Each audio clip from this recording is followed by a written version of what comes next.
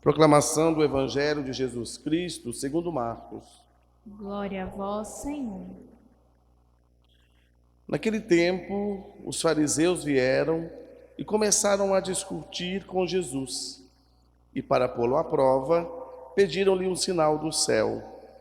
Mas Jesus deu um suspiro profundo e disse: Por que esta gente pede um sinal? Em verdade vos digo, a esta gente não será dado nenhum sinal. E deixando-os, Jesus entrou de novo na barca e se dirigiu para outra margem. Palavra da salvação. Glória a vós, Senhor.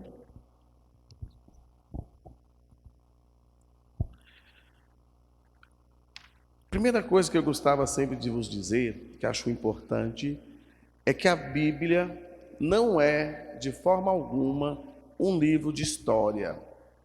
Sobretudo a história da humanidade como nós conhecemos, não é?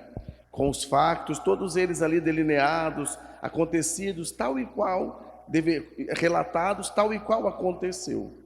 A Bíblia, aqueles que a escreveram não eram historiadores. Eram pessoas como nós, mas que inspirados pelo Espírito Santo, escreveram aquilo que o Senhor lhes colocava. E, sobretudo, vão colocando as questões de Deus, as questões divinas, em linguagem humana. E é aí que nós vamos entendendo qual é a intencionalidade do escritor sagrado. Vejam só, nós estamos aqui na primeira leitura, que nós acabamos de ouvir, tirada do livro de Gênesis. Nós conhecemos um pouco essa história, não é? Um pouquinho isso, a forma que o escritor sagrado nos quer colocar. Primeiro nós falamos da criação como que Deus cria, embora isso não precisa de pensar que é mesmo desta forma, é uma explicação, mas é uma explicação que tem a sua intencionalidade, não é colocar pormenores que foi assim mesmo, que aconteceu tal e qual, para que a gente depois se contraste com a história da humanidade, sobretudo com o que a ciência diz. Não é nenhuma vontade da igreja isso, ao contrário. Mas é mostrar que é Deus que governa, é Deus que de alguma forma, do seu jeito, vai conduzindo a história da humanidade, mas ao mesmo tempo vai permitindo que o homem vá escolhendo o caminho que ele quer trilhar. Nós temos aqui hoje o relato de dois homens, os filhos de Adão e Eva, não é? Vamos dizer, os filhos dos pais da humanidade. Deus, então, concede na humanidade e nos seus filhos e dá-lhes a possibilidade de fazer o seu caminho, seguindo ou não a sua vontade. E nós temos aqui Abel e Caim. Abel era pastor, Caim, agricultor. Ambos ofereceram sacrifícios ao Senhor. Um ofereceu o fruto dos seus campos e Abel os primogênitos do seu rebanho.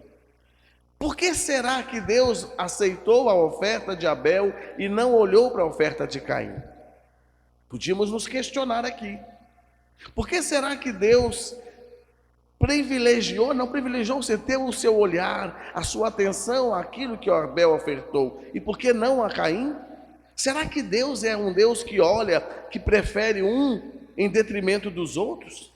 Será que Deus, então, é aquele Deus que olha, que tem preferência por uma pessoa e a outra, então, ele exclui?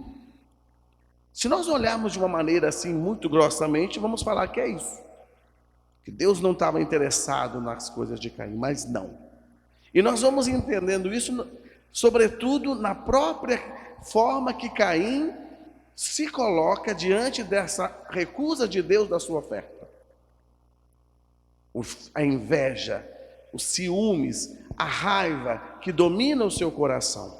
É ali que nós vamos percebendo de fato que Deus não aceitou a sua oferta, porque Caim não tinha um coração puro, porque Caim não ofereceu a Deus aquilo que ele tinha de melhor. Ele não ofereceu ao Senhor aquilo que vinha naturalmente da disponibilidade do seu coração, enquanto Abel, pelo contrário, oferece ao Senhor aquilo que os primogênitos, tal e qual deveria ser, aquilo que é mais importante, tudo primeiro para Deus. Quando se oferta as primícias, E aí vamos entender, ou seja, os primeiros frutos, ou o primogênito, é aquilo que vem primeiro.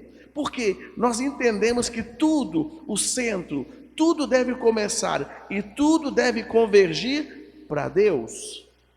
E é aí que as coisas entendem.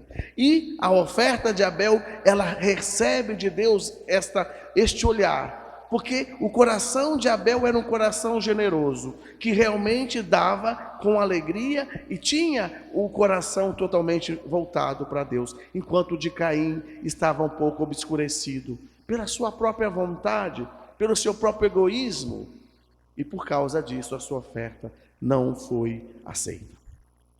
Isso tem a ver conosco, tem muito a ver com a nossa vida. O que você tem oferecido a Deus, meu irmão? O que você tem oferecido a Deus, minha irmã? Como que você está se oferecendo a Deus? Qual é o lugar que Deus ocupa na sua vida? Qual que é o lugar das coisas de Deus na sua vida? O que você tem colocado para o Senhor? Eu tenho um grande problema, nós às vezes no mundo de hoje colocamos tudo na frente de Deus. Primeiro tudo, depois se tivermos tempo, nós dedicamos este tempo ao Senhor. E aí está o grande problema, porque nós acabamos deixando Deus de lado, e cada vez mais o mundo vai colocando Deus de parte. E nós precisamos então hoje ter o coração de Abel, disposto a oferecer o que de melhor nós temos para o Senhor.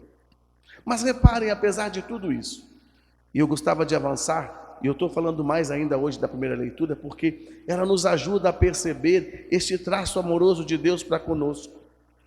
Porque nós, qual que é a ideia que temos? E aqui, de uma certa forma, coloca-nos diante daquilo que Deus faz conosco. Deus, claro, se nós erramos, Deus não vai passar a mão na nossa cabeça.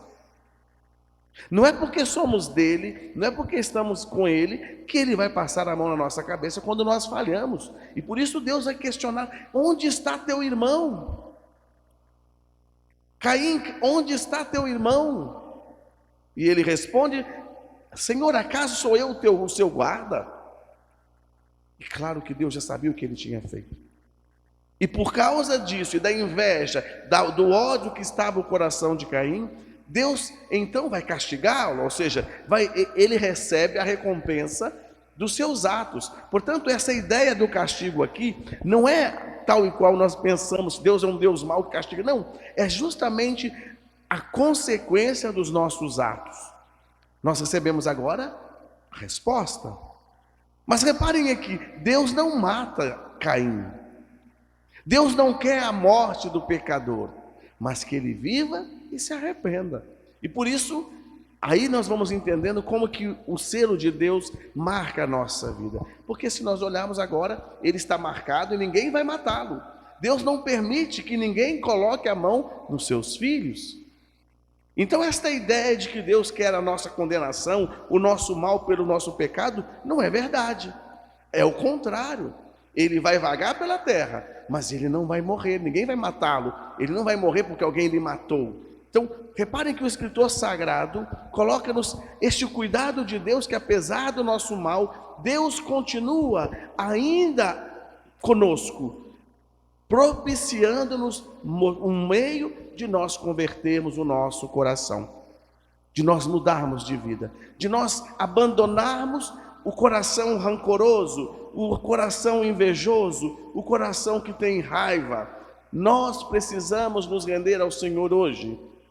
E eu quero convidar a cada um de vocês a entregar o coração ao Senhor.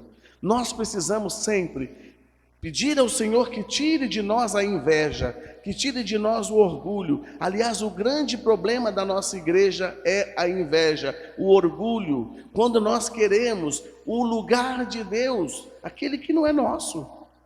A gente está acompanhando mesmo na vida da igreja. Quantas pessoas que acabam estando na igreja, indo um contra o outro irmão. Nós vamos atacando, nós vamos massacrando e não estamos em Deus.